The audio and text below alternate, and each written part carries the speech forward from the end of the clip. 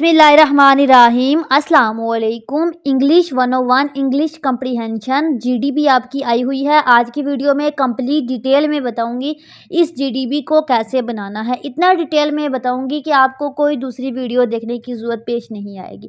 सबसे पहले अनाउंसमेंट में जाएंगे। आपको एक अनाउंसमेंट आई थी, इसकी डेट थी 8 दिसंबर 2025। ये आप देख सकते हैं, ठीक है। ये अनाउंसमेंट आई थी, इसके अंदर आपको कहा गया था कि आपने डिजी स्किल के पोर्टल पे जाके एक डिजी स्किल का कोर्स इनरोल करना है जिसका नाम है क्रिएटिव राइटिंग। और आपको कहा गया था कि मिड के बाद आपकी जीडीबी आएगी।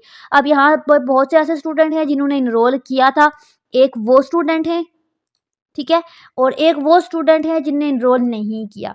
तो मैं बताऊंगी कि इसका सोल्यूशन क्या है, एक एक चीज़ बताऊंगी। सबसे पहले आते हैं डिजी स्किल की वेबसाइट पे। तो ये मैंने इनरोल किया था, मैंने यूट्यूब पे एक प्लेलिस्ट बनाई है डिजी स्किल के नाम से, आप देख सकते हैं। उसके अंदर मैंने बेशुमार वीडियोस बनाई हैं डिजी स्किल से रिलेटेड, ये आप देख सकते हैं सारी वीडियोस। आपको डिजी स्किल के कोर्स में कोई भी इशू आए, कोई भी कॉम्प्लिकेशन है, तो आप इस वीडियो को देख सकते हैं। अब आते हैं नेक्स्ट डिजी स्किल के पोर्टल पे। तो यहाँ पे ये मैंने क्रिएटिव राइटिंग का कोर्स इनरोल किया था। आप सब ने आई होप कि मेरी वीडियो देख के किया होगा, मैंने यूट्यूब पे वीडियो भी डाली थी, ठीक है। यहाँ पे कोर्स इनरोल किया था, इसमें आपने एक्टिविटीज़ करनी थी। ये टोटल आपके पास काफ़ी लेंथी कोर्स था, 12 वीक का कोर्स था। तो अभी आपका 3rd वीक था और आज मंडे है, तो आज 4th वीक आपका ओपन हो चुका है। तो ये देखिए 3rd वीक तक मैंने सारा कंप्लीट कर लिया। यहाँ पे आपको टिक शो हो रहे होंगे, ये देखें। अब हम करेंगे 4th वीक। बताने का मकसद एक एक चीज़ डिटेल में ये है कि आपका कंसेप्ट क्लियर हो जाए। लेकिन अगर आपको कोई इशू होता है तो आप कमेंट में पूछ सकते हैं। नेक्स्ट आपके पास 4 वीक आज ओपन हुआ है, इसलिए ये मैं नहीं देख पाई। ये आज मैं देखूंगी और इसकी हैंड ऑन एक्सरसाइज भी करूंगी।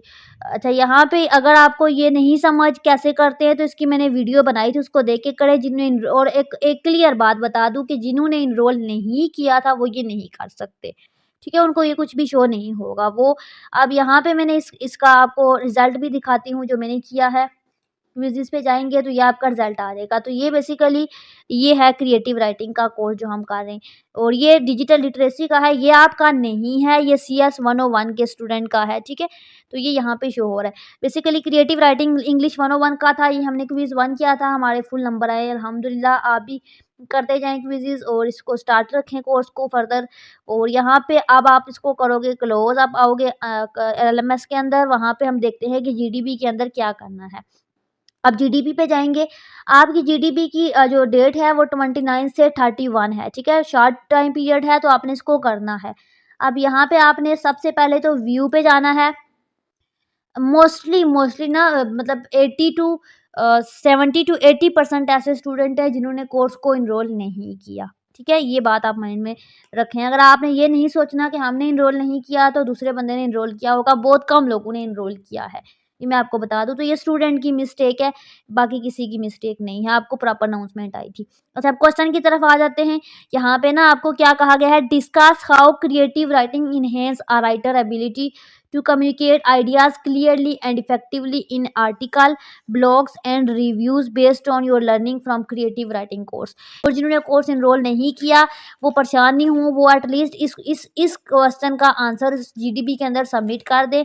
अब ये जो है टीचर पे डिपेंड करता है, या तो वो आपको फुल नंबर दे देगा या आपने अगर कोर्स इनरोल नहीं किया तो उसके नंबर काट लेगा, ठीक है। लेकिन आपने अपनी तरफ से इसको करना है। अच्छा, अब यहाँ पे कमेंट का क्या कहा गया है कि आपका जो कमेंट है वो 200 या 250 वर्ड से ज़्यादा नहीं होना चाहिए।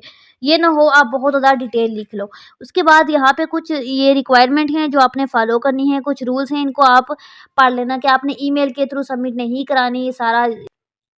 अच्छा, सबसे पहले आपने जीडीबी के लिए आपने यहाँ पे पोस्ट मैसेज पे क्लिक करना है। जो ही आप क्लिक करेंगे तो आप इस तरह के इंटरफेस पे पहुंच जाएंगे। अब आपने ना एक कंप्यूटर के अंदर कोशिश करना कि अपने लैपटॉप या कंप्यूटर के अंदर इस काम को करना। आप एक वर्ड फाइल ओपन करना, मैं आपको ओपन करके दिखाती हूँ, ठीक है। ये एक वर्ड फाइल है जिसमें ये मैंने एक आंसर लिखा है जीडीबी का, ये मैं आपको एक्सप्लेन करती हूँ। आपने इसको सिलेक्ट करना है, ठीक है, ऐसे।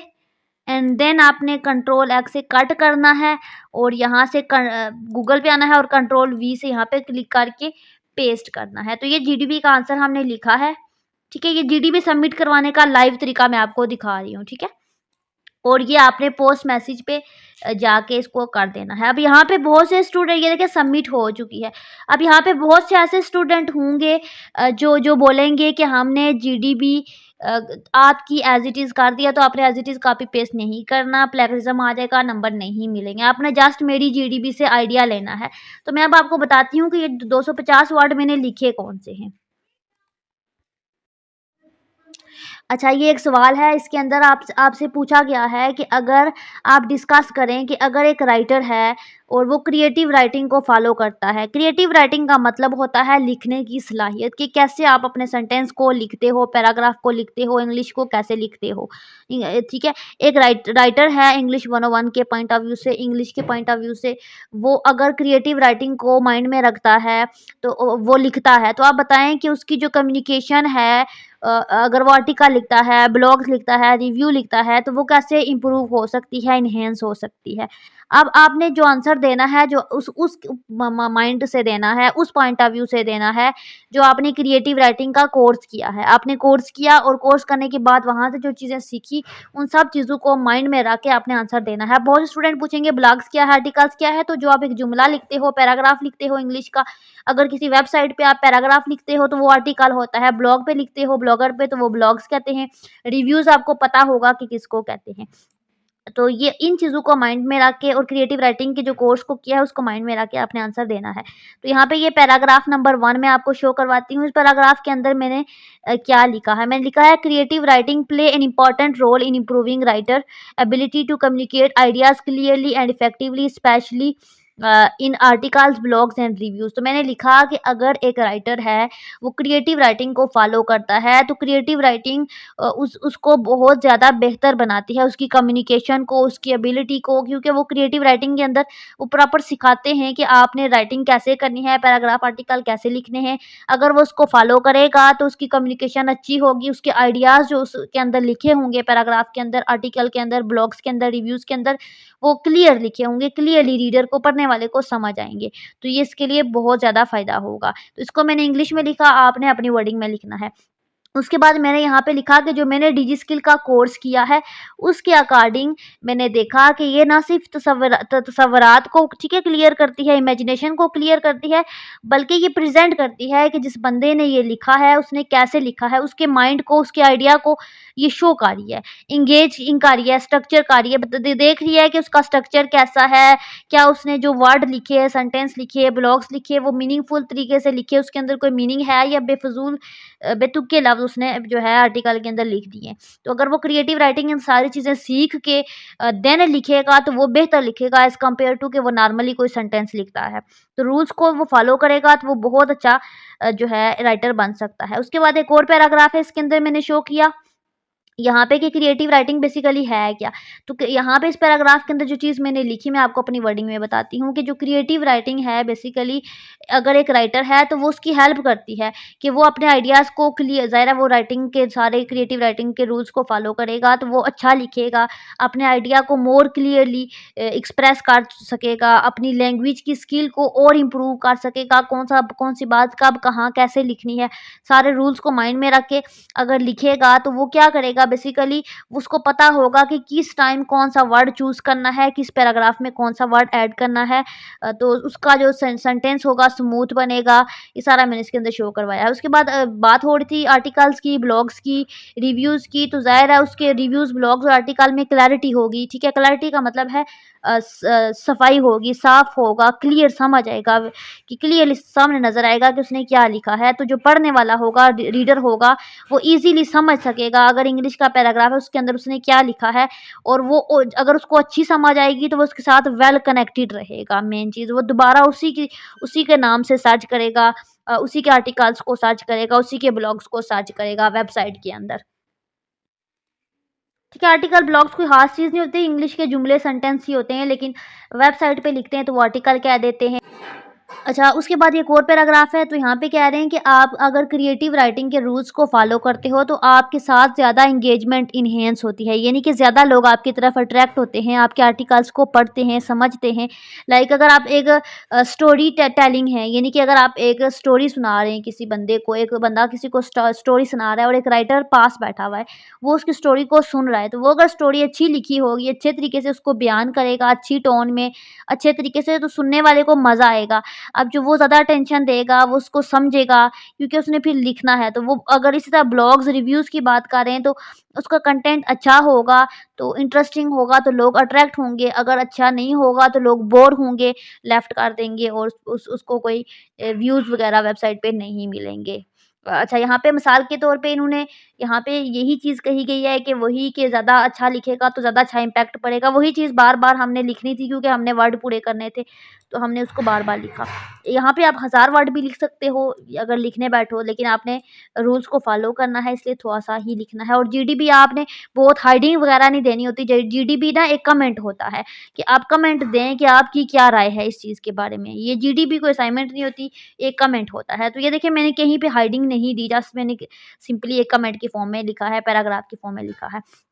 तो यहाँ पे मैंने 280 वर्ड लिखे हैं, आप देख सकते हैं, आप जितने मर्ज़ी वर्ड लिखें, लेकिन 200 से 250 के दरमियान में होने चाहिए, यानी कि इससे थोड़ा कम होना चाहिए। मैंने ज़्यादा लिखा है थोड़ा, 30 वर्ड मैंने ज़्यादा लिखे हैं ताकि आप इनमें से कुछ स्किप भी कर सको और अपने वर्ड्स को चेंज करके आप अपनी थॉट के अकॉर्डिंग इसको जो है वर्ड के अंदर पेस्ट कर सको और उसको आप अपने जीडीबी में सबमिट करवा सको। सबमिट करने का तरीका मैंने बता दिया है, अब वर्ड आपने चेंज लिखने हैं, सेम कॉपी पेस्ट नहीं करने, आइडिया मैंने आपको दे दिया है।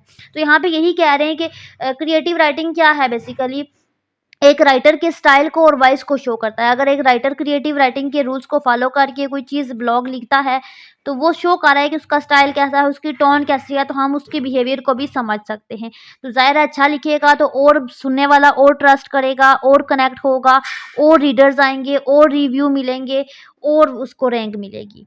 तो बेसिकली वो उससे उसके पॉइंट ऑफ व्यू से अगर पहली बात है कि उसके पॉइंट ऑफ व्यू को पढ़ेगा, समझेगा, उसको अंडरस्टैंड करेगा, उसको पसंद आएँगे तो वो एग्री करेगा एल्स नहीं करेगा। तो इसलिए क्रिएटिव राइटिंग जो है बहुत ज़्यादा ज़रूरी है। उसके बाद एक और पैराग्राफ है, lastly creative writing improve critical thinking and creativity.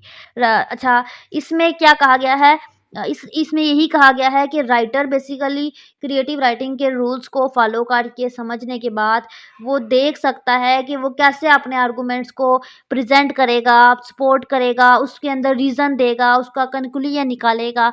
मतलब पहले उसको समझेगा, फिर उसको उसके अकॉर्डिंग लिखेगा, उसमें आर्गुमेंट्स ऐड करेगा, उसके रीज़न दलाइल वगैरह देगा, देन उसके रिज़ल्ट्स वगैरह भी शो करेगा।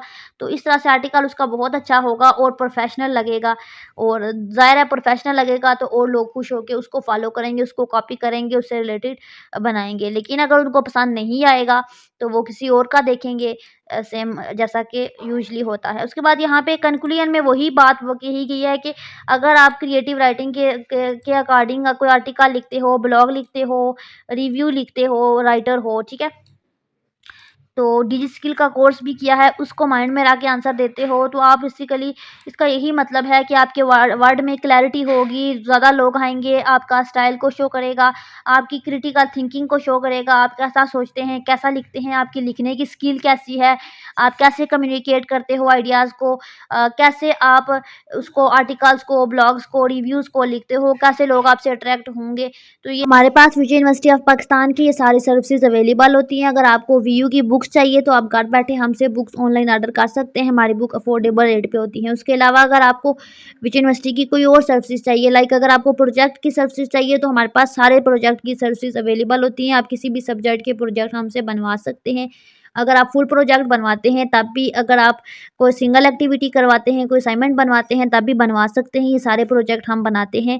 उसके अलावा एलएमएस हैंडल करते हैं, असाइनमेंट पूरे एलएमएस को हैंडल करवाते हैं, तब भी एलएमएस के अंदर कोई सिंगल एक्टिविटी करवाते हैं तब भी करवा सकते हैं। और हमारे तमाम रिज़ल्ट गारंटी होते हैं। और उसके अलावा अगर आप हमारे ग्रुप्स जॉइन करना चाहते हैं तो आप हमारे ग्रुप जॉइन कर सकते हैं। हमारे तमाम ग्रुप्स का लिंक आपको वीडियो के डिस्क्रिप्शन में मिल जाएगा। आप वहाँ पे जाके हमारे ग्रुप्स को जॉइन कर सकते हैं, पेजेस को जॉइन कर सकते हैं, इंस्टाग्राम, टिकटॉक अकाउंट को फॉलो कर सकते हैं। ये सारा इसके अंदर आपने लिखना था, तो ये सारा मैंने लिखा डिफरेंट पैराग्राफ की शो में। कमेंट है तो कमेंट को कमेंट ही रखें, जीडीबी को तो बेहतर होता है। इसको बहुत ज़्यादा हाइडिंग दे के और उसकी हाइडिंग के सब हाइडिंग देने की ज़रूरत नहीं है। ठीक है? अब आई होप कि आपको समझ आ गई होगी। कोई भी क्वेरी है तो आप मुझसे पूछें, मैं आपको गाइड करूँगी।